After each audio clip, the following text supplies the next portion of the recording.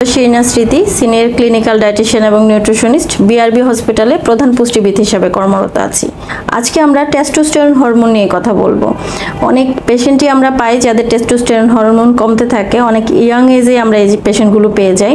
Testosterone hormone মূলত ছেলেদের একটা হরমোন, যেটা 30 বছরের পর থেকে প্রতি বছর 1% করে কমতে থাকে। এটা ন্যাচারাল।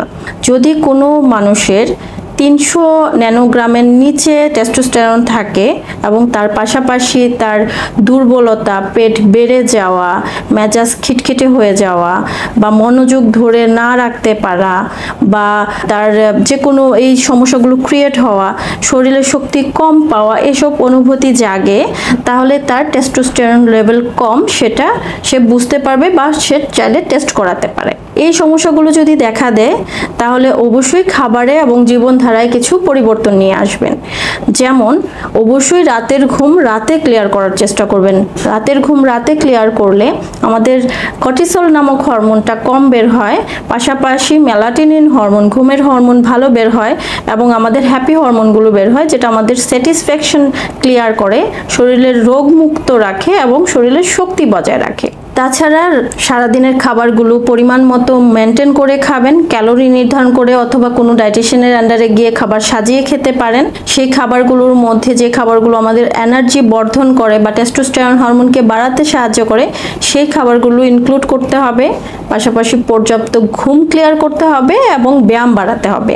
পর্যাপ্ত ব্যায়াম করলে আমরা সুস্থ থাকবো এবং আমাদের টেস্টোস্টেরন হরমোন বাড়তে সাহায্য হবে। এই ক্ষেত্রে ভিটামিনের মধ্যে vitamin A, vitamin C, vitamin D, omega 3 fatty acid আমাদের জন্য অনেক উপকারী এবং পাশাপাশি মিনারেলসের মধ্যে জিঙ্ক, ম্যাগনেসিয়াম, ক্যালসিয়াম এই ধরনের মিনারেলসগুলো আমাদের অনেক উপকার আসে।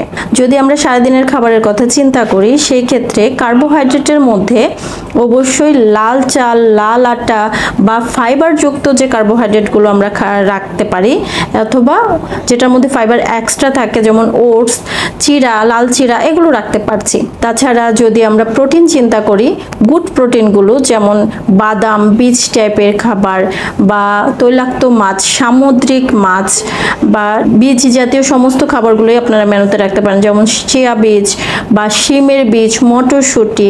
চেষ্টা করতে পারেন আপনারা মাছ বা মাংসের মধ্যে মাছটাকে বেশি বাছাই করতে এবং ডিম পর্যাপ্ত পরিমাণে খেতে। ডিমটা আমাদের টেস্টোস্টেরন লেভেল বাড়াতে সাহায্য করে।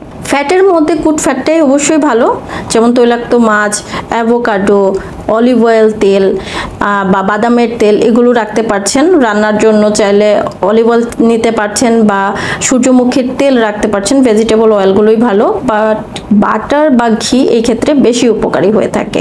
আর ড্রাই ফ্রুটসগুলো খুবই উপকারী, সেক্ষেত্রে আপনি খেজুর, 3 ফল, বাদাম, অন্যান্য বীজ জাতীয় যে খাবারগুলো, তিল বীজ বা চিয়া বীজ, এগুলো মেনুতে রাখতে পারছেন। শাকের মধ্যে লাল শাক, পালং শাক, কচু শাক, এগুলো এই সময়ের জন্য বেশি ভালো। সবজির মধ্যে গাঢ় সবুজ এবং লাল বর্ণের বা হলুদ বর্ণের সবজিগুলো রাখার চেষ্টা করবেন। এটার মধ্যে বিট, গাজর বা ব্রোকলি, ফুলকপি, এগুলো রাখতে পারছেন, এগুলো আমাদের শরীরের জন্য ভালো।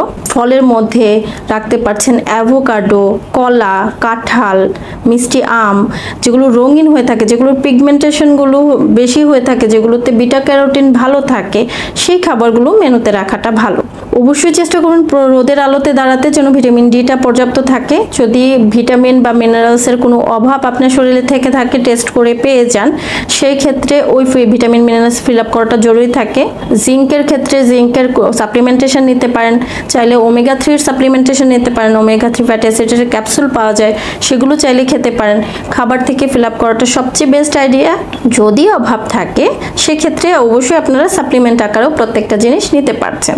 আর যেটা ত্যাগ করবেন অবশ্যই বাইরের খাবারগুলো, অতিরিক্ত মিষ্টি জাতীয় খাবার বা চিনিযুক্ত খাবারগুলো, অতিরিক্ত চা কফি খাওয়া যেটার মধ্যে চিনি বা দুধ বেশি পরিমাণে থাকে, বিশেষ করে ফুল ক্রিম দুধ, এগুলো বেশি পরিমাণে থাকে, এগুলো একটু ত্যাগ করার চেষ্টা করবেন। ধূমপান ত্যাগ করবেন। চেষ্টা করবেন বাইরের খাবারগুলো বা ভাজা পোড়া খাবার, যেগুলোতে ট্রান্সফ্যাট থাকে, যেগুলো প্রিজারভেটিভ থাকে, টেস্টিং সল্ট যুক্ত থাকে, প্রসেস করা থাকে, সেই খাবারগুলো কম পরিমাণে খেতে। আর টাইম টেবল ম্যানেজ করে খাবারগুলো খেলে এবং সুস্থতা বজায় রাখলে আমাদের টেস্টোস্টেরন হরমোন বাড়ানো কোনো ব্যাপারই না। আশা করি এই তথ্যগুলো উপকার আসবে। আজকে এ পর্যন্তই, ধন্যবাদ। ভিডিও পছন্দ হলে অবশ্যই লাইক করবেন। ভিডিও ডেসক্রিপশন বক্সে আমার অ্যাড্রেস এবং নাম্বার দেওয়া আছে, প্রয়োজনে আপনারা আমার সাথে যোগাযোগ করতে পারেন এবং আপনাদের সমস্ত সমস্যাগুলো ব্যাখ্যা করলে আমি হয়তো আপনাদেরকে সাজেশন দিতে